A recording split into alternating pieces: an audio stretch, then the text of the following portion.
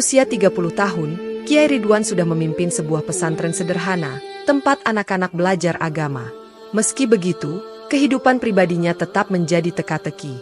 Beliau masih belum menikah, membuat para tetua desa kerap mendesaknya untuk segera mencari pendamping hidup. Suatu hari, seorang sahabat lama, Pak Rashid, datang berkunjung. Ia membawa seorang gadis bernama Syarifah, yang dikatakan sebagai keponakannya.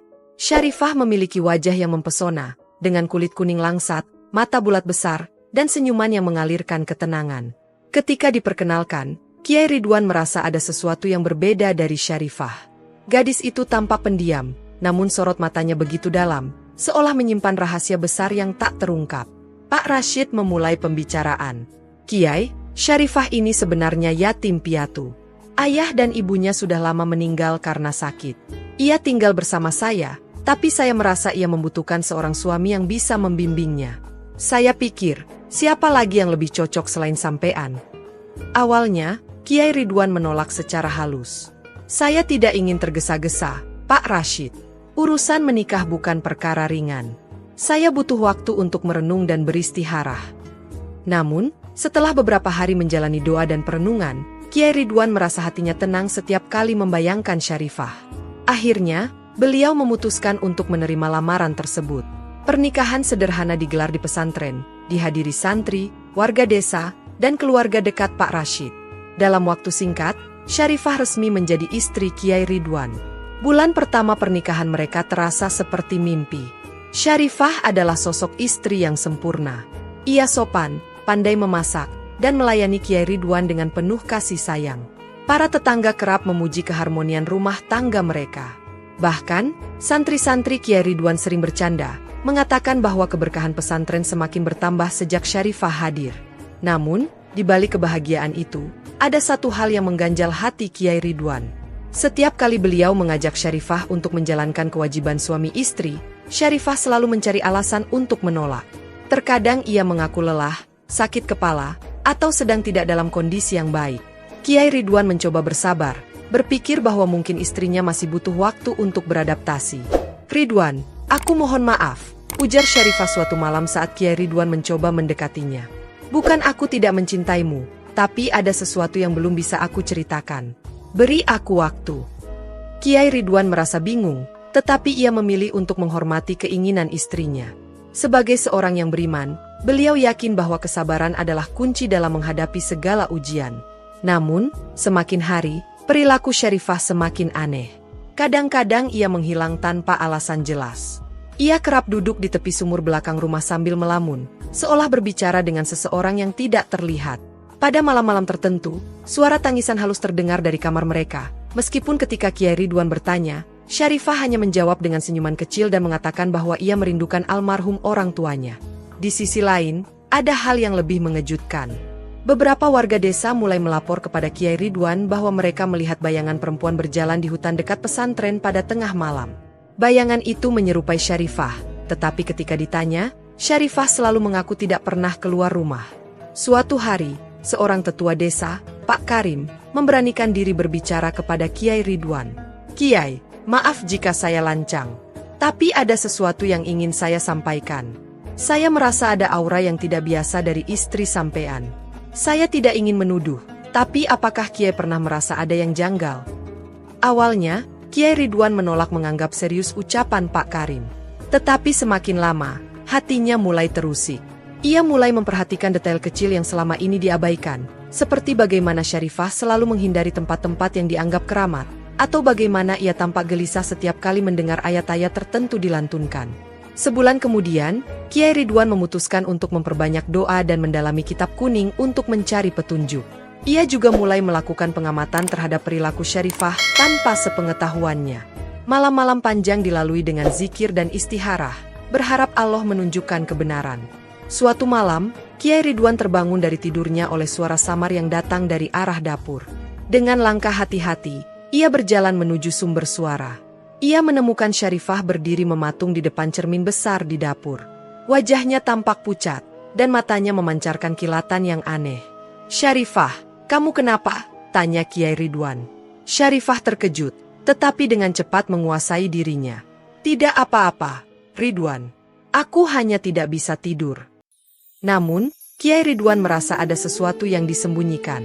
Meski ia belum bisa memastikan apa, malam itu ia bertekad untuk menemukan jawaban atas keganjilan yang selama ini melingkupi rumah tangganya.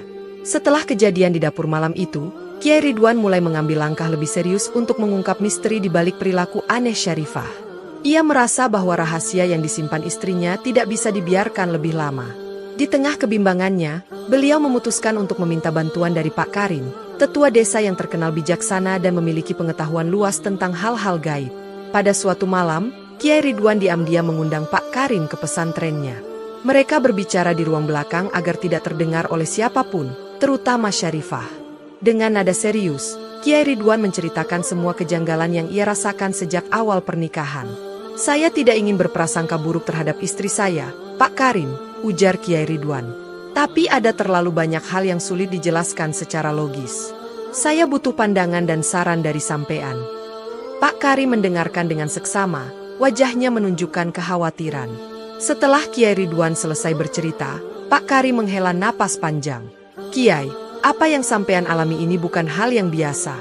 Dari cerita sampean, ada kemungkinan bahwa istri sampean bukan manusia biasa. Namun, sebelum mengambil kesimpulan, kita harus memastikan kebenarannya. Apakah Kiai bersedia menjalani ritual pengungkapan?" "Ritual pengungkapan?" tanya Kiai Ridwan, bingung. "Ya, kita akan menggunakan doa-doa khusus untuk memohon petunjuk dari Allah. Jika ada sesuatu yang disembunyikan oleh istri sampean, maka insya Allah kita akan mengetahuinya." Meskipun ragu, Kiai Ridwan setuju. Pak Karim meminta waktu 3 hari untuk mempersiapkan segala sesuatunya. Selama waktu itu, Kiai Ridwan diminta untuk tetap menjalani rutinitas seperti biasa agar tidak menimbulkan kecurigaan dari Syarifah. Malam ritual akhirnya tiba. Pak Karim membawa beberapa benda, termasuk kitab suci, segelas air zam-zam, dan kemenyan yang akan digunakan dalam proses doa. Ritual dilakukan di sebuah kamar kosong di pesantren, jauh dari jangkauan siapapun. Pak Karim memulai dengan membaca doa-doa khusus, memohon perlindungan kepada Allah dari segala gangguan makhluk halus. Setelah itu, ia meminta Kiai Ridwan membawa sehelai pakaian yang pernah dikenakan Syarifah untuk dijadikan media ritual. Saat doa terus dilantunkan, tiba-tiba angin kencang bertiup dari arah jendela, meskipun malam itu cuaca sangat tenang. Lampu di kamar bergetar, dan suara aneh seperti gemerisik dedaunan terdengar dari sudut ruangan. Pak Karim tidak menghentikan doanya, tetapi justru melantunkan ayat-ayat suci dengan suara lebih lantang. Beberapa menit kemudian, segelas air zam-zam yang diletakkan di meja tiba-tiba bergolak, seperti direbus dari dalam. Dalam sekejap, bayangan wajah seorang perempuan muncul di permukaan air. Wajah itu menyerupai Syarifah, tetapi matanya memancarkan kilatan merah menyala. "Kiai Ridwan, istri sampean bukan manusia biasa," ujar Pak Karim dengan suara tegas. "Ia adalah jin yang menyamar menjadi manusia. Namun, kita belum tahu apakah niatnya baik atau buruk." Setelah ritual selesai, Kiai Ridwan merasa hatinya campur aduk. Di satu sisi, ia merasa dikhianati oleh Syarifah. Namun di sisi lain, ia masih mencintai istrinya dan tidak ingin langsung menuduh tanpa mendengar penjelasan darinya. Keesokan malamnya, Kiai Ridwan memutuskan untuk berbicara langsung dengan Syarifah. Ia memilih waktu setelah Isya, saat suasana rumah sudah tenang. "Syarifah, aku ingin bertanya sesuatu. Tolong jawab dengan jujur," ujar Kiai Ridwan sambil menatap istrinya dengan serius. Syarifah tampak gugup. "Apa yang ingin kamu tanyakan, Ridwan? Apakah kamu manusia?" Pertanyaan itu membuat Syarifah terkejut. Wajahnya memucat, dan matanya berkaca-kaca. Ia mencoba menghindari tatapan Kiai Ridwan, tetapi akhirnya ia mengangguk lemah. "Maafkan aku, Ridwan. Aku tidak pernah ingin berbohong padamu. Tapi aku bukan manusia. Aku adalah jin." Mendengar pengakuan itu, tubuh Kiai Ridwan terasa lemas. Ia tidak menyangka bahwa istrinya yang selama ini ia anggap sebagai wanita sempurna ternyata adalah makhluk gaib. "Kenapa kamu menyembunyikan ini dariku, Syarifah? Apa tujuanmu menikah denganku?" Syarifah menundukkan kepala, air mata mengalir di pipinya. "Aku tidak pernah berniat jahat padamu, Ridwan. Aku mencintaimu dengan tulus. Sejak pertama kali aku melihatmu, aku merasa ada sesuatu yang berbeda. Aku ingin menjalani kehidupan yang tenang bersamamu. Tapi kenapa kamu selalu menolak saat aku ingin menjalankan kewajiban sebagai suami istri?" Syarifah menghela napas panjang. Karena aku tidak ingin rahasiaku terbongkar. Jika aku terlalu dekat denganmu, tubuhku akan menunjukkan jati diriku yang sebenarnya. Aku takut kamu akan membenciku. Kiai Ridwan merasa bingung. Ia ingin marah, tetapi di saat yang sama, ia merasakan kesedihan mendalam melihat air mata istrinya. Ia memilih untuk tidak mengatakan apa-apa malam itu. Setelah pengakuan tersebut, Kiai Ridwan menghabiskan beberapa malam berikutnya untuk berdoa dan merenung. Ia tahu bahwa keputusan yang akan diambil tidak hanya memengaruhi dirinya, tetapi juga nama baik pesantren dan desanya. Ia harus memutuskan apakah akan tetap mempertahankan pernikahan ini atau mengakhirinya. Namun, di tengah kebimbangannya, Kiai Ridwan mulai merasakan bahwa ada kekuatan lain yang mengawasi mereka. Ia tidak tahu apakah itu berasal dari golongan jin seperti Syarifah, atau sesuatu yang lebih berbahaya. Setelah pengakuan Syarifah, kehidupan Kiai Ridwan tidak lagi sama. Kegelisahan menghantuinya setiap malam. Meskipun cintanya pada Syarifah tetap ada, ia tidak bisa mengabaikan kenyataan bahwa istrinya adalah makhluk dari dunia yang berbeda. Ia mulai mempertanyakan apa dampaknya terhadap dirinya, pesantrennya, dan masyarakat desa. Seiring waktu, keanehan di pesantren semakin sering terjadi. Santri-santri mulai melaporkan suara-suara aneh di malam hari, seperti bisikan halus yang datang entah dari mana. Beberapa santri bahkan mengaku melihat bayangan hitam melintas di sekitar kamar mereka. "Ustaz, tadi malam saya melihat sesuatu di dekat masjid," ujar salah satu santri kepada Kiai Ridwan suatu pagi. "Bayangan itu besar, tapi bergerak sangat cepat. Ketika saya mencoba mendekat, tiba-tiba hilang begitu saja." Kiai Ridwan hanya bisa menenangkan santri-santrinya dengan mengatakan bahwa mereka harus memperbanyak doa dan tetap teguh dalam keimanan. Namun dalam hatinya, ia tahu bahwa kehadiran Syarifah mungkin telah membuka pintu bagi dunia jin untuk mengganggu kehidupan di pesantren. Pada suatu malam, saat Kiai Ridwan sedang berzikir di masjid, ia merasa ada sesuatu yang mengawasinya. Ketika membuka mata, ia melihat bayangan seorang pria berdiri di sudut ruangan. Wajahnya tidak jelas, tetapi suaranya dalam dan menggema. "Kiai Ridwan," kata sosok itu. "Aku adalah Kaisar, pemimpin dari kaum jin tempat Syarifah berasal. Kehadirannya di sini melanggar aturan kami. Kami tidak pernah mengizinkan salah satu dari kami untuk hidup bersama manusia." Kiai Ridwan tetap tenang meskipun hatinya berdegup kencang. "Syarifah telah menjadi istriku secara sah. Jika dia melanggar aturan kalian, bukankah seharusnya kalian menyelesaikannya di dunia kalian? Kenapa mengganggu dunia kami?" Kaisar tertawa kecil. "Dunia kami dan dunia kalian lebih dekat daripada yang kau bayangkan, Kiai. Aku datang bukan untuk menyerang, tetapi untuk memberikan peringatan.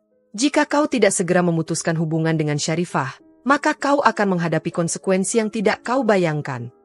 Sebelum Kiai Ridwan sempat menjawab, sosok itu menghilang, meninggalkan hawa dingin yang merambat ke seluruh ruangan.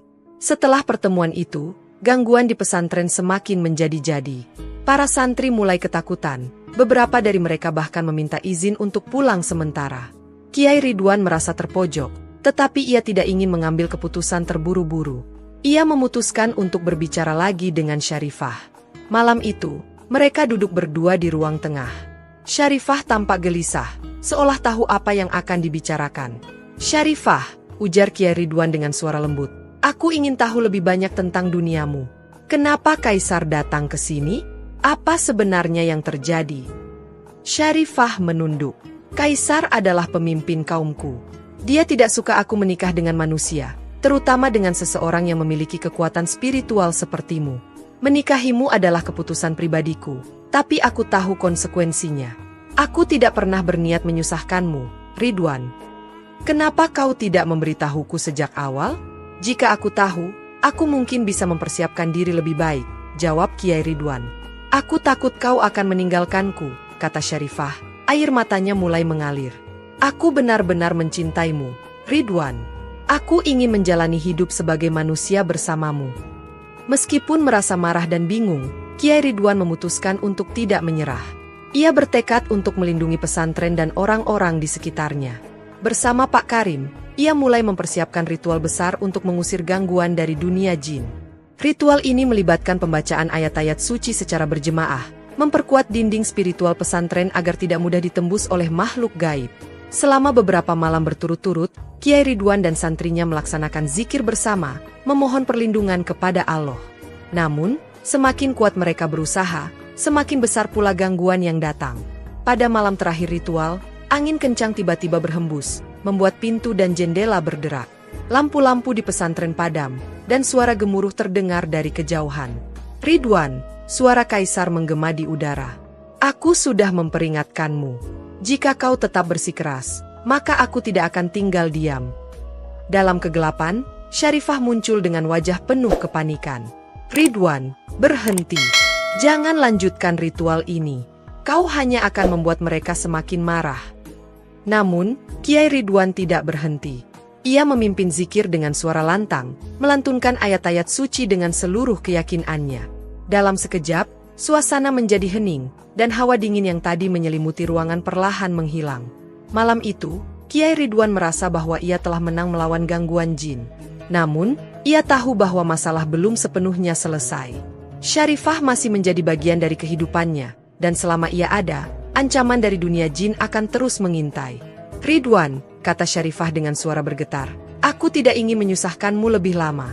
Jika kau ingin aku pergi, aku akan pergi. Aku hanya ingin kau tahu bahwa aku mencintaimu, dan aku tidak pernah berniat menyakitimu. Kiai Ridwan terdiam. Ia merasa hatinya terbelah antara cintanya pada Syarifah dan tanggung jawabnya sebagai pemimpin pesantren. Ia tahu bahwa keputusan yang diambil akan menentukan masa depannya dan pesantrennya. Setelah malam yang penuh gangguan, Kiai Ridwan menghabiskan hari-harinya dalam perenungan. Ia tahu bahwa apapun yang ia putuskan, konsekuensinya akan berat. Ia mencintai Syarifah, tetapi tanggung jawabnya sebagai pemimpin pesantren dan pelindung masyarakat desa jauh lebih besar. Pada suatu malam, Kiai Ridwan bermimpi. Dalam mimpinya, ia berada di sebuah hutan yang lebat dan sunyi. Di tengah hutan itu, ia melihat seorang perempuan berlutut, menangis dengan wajah tertutup tangan. Ketika Kiai Ridwan mendekat, ia menyadari bahwa perempuan itu adalah Syarifah. Syarifah, kenapa kau menangis? Tanya Kiai Ridwan dalam mimpinya. Aku tidak ingin kehilanganmu, Ridwan, jawab Syarifah tanpa mengangkat wajahnya. Tapi aku tahu, aku tidak bisa berada di sini lebih lama. Kehadiranku hanya membawa malapetaka untukmu dan orang-orang di sekitarmu. Kiai Ridwan merasa dadanya sesak mendengar kata-kata itu. Ia ingin memeluk Syarifah, tetapi tubuhnya terasa berat, seperti ditahan oleh sesuatu. Tiba-tiba, suara lain terdengar dari balik pepohonan. Kiai, terkadang cinta tidak selalu berarti memiliki. Kadang cinta adalah melepaskan demi kebaikan yang lebih besar. Ketika Kiai Ridwan menoleh, ia melihat sosok lelaki tua berjubah putih dengan wajah bersinar. Sosok itu tersenyum kepadanya sebelum menghilang bersama kabut. Saat terbangun dari mimpi, Kiai Ridwan merasa hatinya dipenuhi oleh keheningan dan keyakinan. Ia tahu apa yang harus dilakukan. Keesokan harinya, Kiai Ridwan mengajak Syarifah berbicara di ruangan khusus yang biasa ia gunakan untuk bermeditasi. Wajah Syarifah tampak lelah, tetapi ia tetap menunjukkan senyuman lembut seperti biasanya. Syarifah, ujar Kiai Ridwan dengan suara pelan, aku telah merenungkan ini selama beberapa waktu. Aku tahu kau mencintaiku, dan aku pun mencintaimu. Tapi aku tidak bisa mengabaikan kenyataan bahwa keberadaanmu membawa dampak yang besar, bukan hanya untukku, tetapi juga untuk pesantren dan desa ini. Syarifah menunduk, air mata mulai mengalir di pipinya. Aku mengerti, Ridwan. Aku tahu ini akan terjadi. Aku hanya ingin kau tahu bahwa semua yang kulakukan berasal dari cinta, bukan niat buruk. Aku tahu, Syarifah, jawab Kiai Ridwan, matanya mulai berkaca-kaca. Dan aku bersyukur atas waktu yang telah kita habiskan bersama. Tapi sekarang, aku harus melepaskanmu. Aku ingin kau kembali ke duniamu, agar kita berdua bisa hidup dengan damai. Syarifah mengangguk pelan. Ia tahu bahwa inilah akhir dari perjalanan mereka bersama. Untuk memastikan perpisahan berjalan lancar, Kiai Ridwan meminta bantuan Pak Karim. Mereka melakukan sebuah ritual yang bertujuan untuk mengembalikan Syarifah ke dunia asalnya dengan cara yang damai. Ritual ini dilakukan di sebuah tempat yang dianggap suci, jauh dari desa. Malam itu, di bawah cahaya bulan purnama, Syarifah berdiri di tengah lingkaran doa yang dibuat oleh Kiai Ridwan dan Pak Karim. Wajahnya tampak tenang, meskipun matanya memancarkan kesedihan yang mendalam. Kiai Ridwan, ujar Syarifah sebelum ritual dimulai, terima kasih atas cinta dan kasih sayangmu. Aku akan selalu mengenangmu, di dunia manapun aku berada. Kiai Ridwan hanya bisa mengangguk, menahan air matanya agar tidak jatuh. Ia mulai melantunkan ayat-ayat suci, diikuti oleh Pak Karim. Perlahan, tubuh Syarifah mulai diselimuti oleh cahaya putih yang lembut. Dalam sekejap, ia menghilang, meninggalkan keheningan yang terasa menusuk. Setelah kepergian Syarifah, kehidupan di pesantren perlahan kembali normal. Gangguan makhluk gaib tidak lagi terjadi, dan para santri mulai merasa tenang. Meskipun demikian, Kiai Ridwan merasa bahwa ada bagian dari dirinya yang hilang. Namun, ia tidak membiarkan kesedihan itu menguasainya. Sebagai seorang pemimpin, ia tahu bahwa hidup harus terus berjalan. Ia memilih untuk fokus pada pengajaran dan membangun pesantren menjadi lebih baik. Setiap malam, ketika ia menatap langit, ia sering teringat pada Syarifah. Ia tahu bahwa cinta mereka adalah sesuatu yang unik, melampaui batas antara dunia manusia dan jin. Meskipun mereka tidak lagi bersama, Kiai Ridwan yakin bahwa cinta mereka akan selalu hidup dalam kenangan. Kisah Kiai Ridwan dan Syarifah menjadi pelajaran besar bagi masyarakat desa. Mereka belajar bahwa cinta sejati tidak selalu berarti memiliki, tetapi kadang berarti melepaskan demi kebaikan yang lebih besar. Hingga akhir hayatnya, Kiai Ridwan tetap dikenal sebagai seorang yang bijaksana, tidak hanya dalam ilmu agama, tetapi juga dalam menghadapi cobaan hidup yang luar biasa. Dan di suatu tempat yang jauh, di dunia yang tak terlihat oleh manusia, Syarifah hidup dengan tenang, selalu mendoakan kebahagiaan bagi lelaki yang pernah menjadi bagian dari hidupnya.